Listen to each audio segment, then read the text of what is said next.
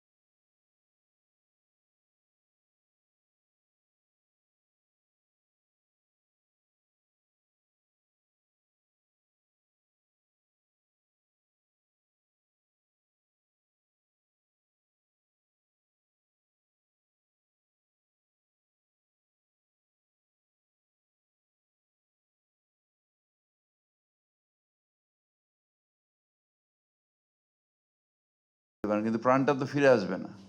কিন্তু আমরা এখন থেকে যদি চেষ্টা করি তাহলে আমাদের এই যে ক্ষয়ক্ষতিটা কম, যেটা অতীনকে বলতে যে আমাদের জ্বর হলে সাথে সাথে যাতে দেখানো যে কাজগুলো ও করে জেনারেলি।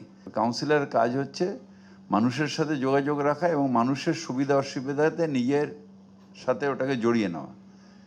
তার মধ্যে পাবলিক হেলথ একটা খুব বড় ইস্যু, যেটা মানুষের জন্য।